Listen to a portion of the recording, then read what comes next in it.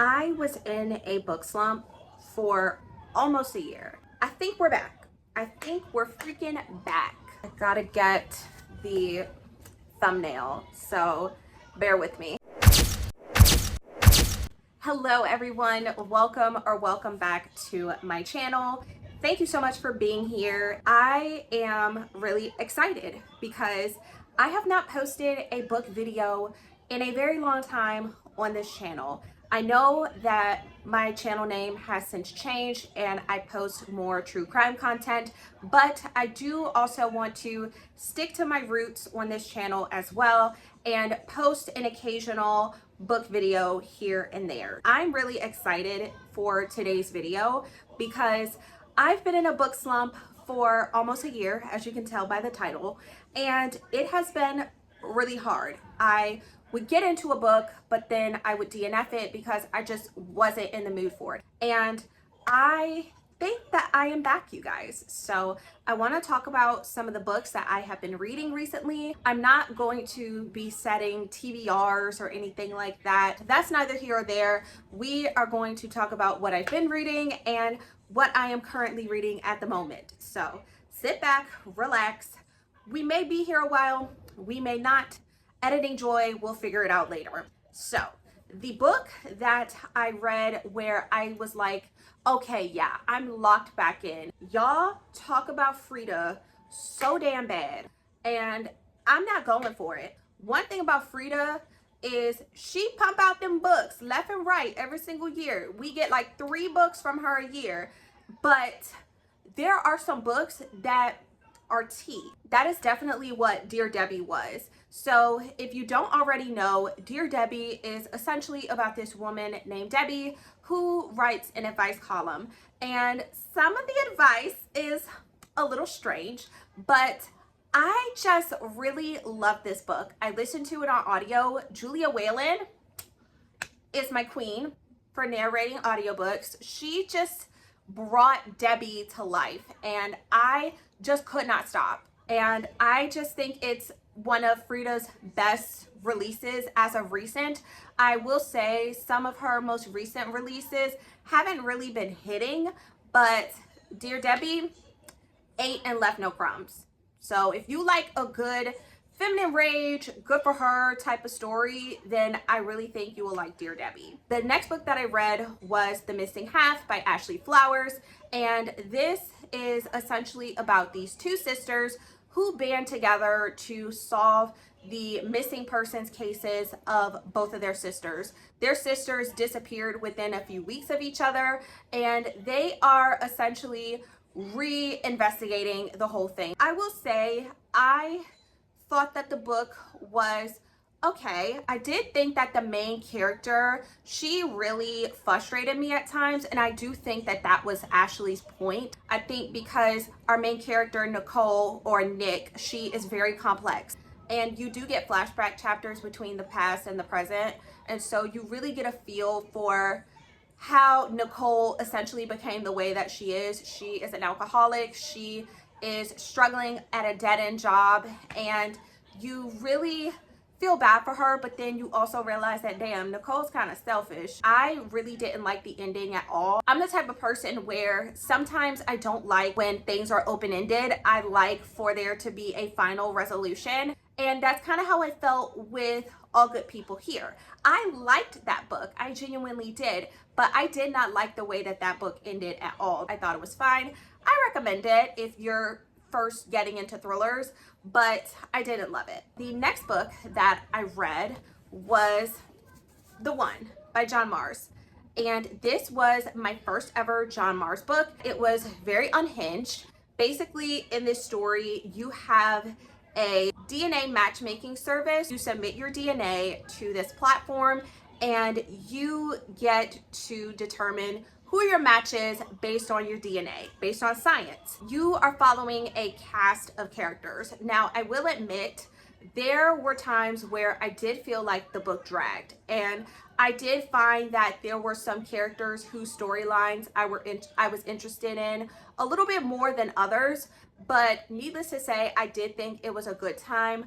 At a certain point, once we got to the halfway mark, I really could not stop reading it. I would definitely recommend it. I think John Mars's mind is absolutely insane. The next one that I have is a novella, and it's called Everyone is a Liar. And this is by Liv Constantine, the same author who wrote The Last Mrs. Parrish.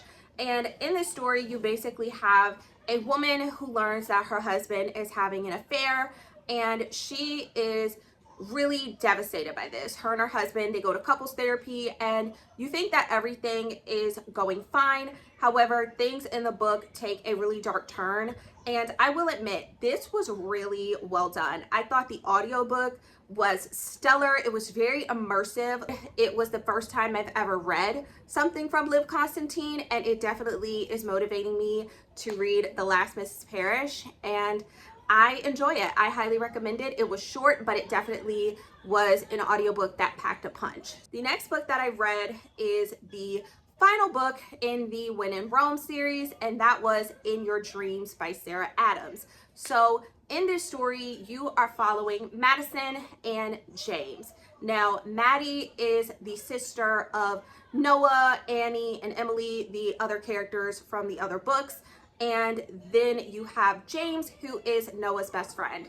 And oh my God, I think that out of all the books in the When in Rome series, I really truly like this one. I think when it comes to all of the Walker sisters, I feel like for me personally, I can see myself in every single one of them in different parts.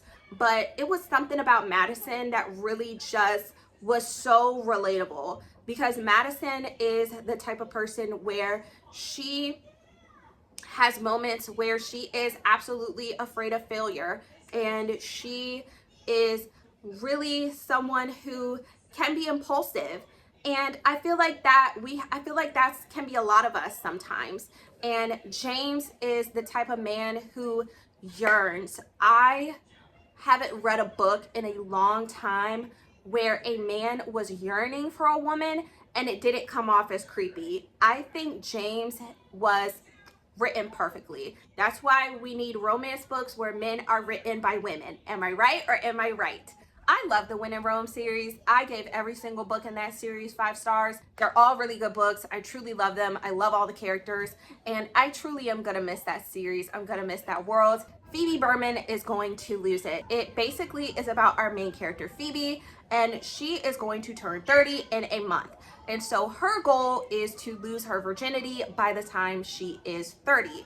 And so you have 3 different male characters that you're following as potential love interests, and you root for every single one of them in a way, but ultimately, you know, we learn what Phoebe ends up doing and who she ends up choosing. It wasn't a lot of the traditional rom-coms that we're so used to, right? Like, we love Emily Henry, we love Abby Jimenez, but it was just something about Brooke, who was an avid consumer of romances, and seeing where there was the lack thereof in your average traditional rom-coms, and she took something and made it her own, and I thought that was beautiful. All right, now let's talk about the book that I am currently reading. The book that is taking the internet by storm, Yesteryear by Caro Burke. Basically, in this book, you are following Natalie, who is a social media trad wife influencer, and she gets transported into the 1800s where she truly has to be a trad wife. I haven't made a huge dent in this book yet, but I am really interested to see how unhinged Natalie can be. I've heard a lot of commentary on religion on this book, and I'm really excited to see where Caro Burke takes it. And of course, it's getting adapted into a movie because of course it is. I will keep you guys posted on what I think about Yesteryear. Another book that I am currently reading is The Shippers by Katherine. I love Katherine. I love her romances. I think they're so cute. They're so fluffy. They're closed door. And basically in this one, you have best friends to lovers, and you have your main character, Joe. Is it Joe? And you have Cooper. Joe is a runaway bride. She could not get married to her longtime boyfriend, Pierce. And now her sister is getting married 6 weeks later, and they have to go on a cruise. And she has a crush on this other guy. And so in order to make the guy jealous or want her even more, she and Cooper, I believe, are fake dating. And of course, obviously, things turn into more.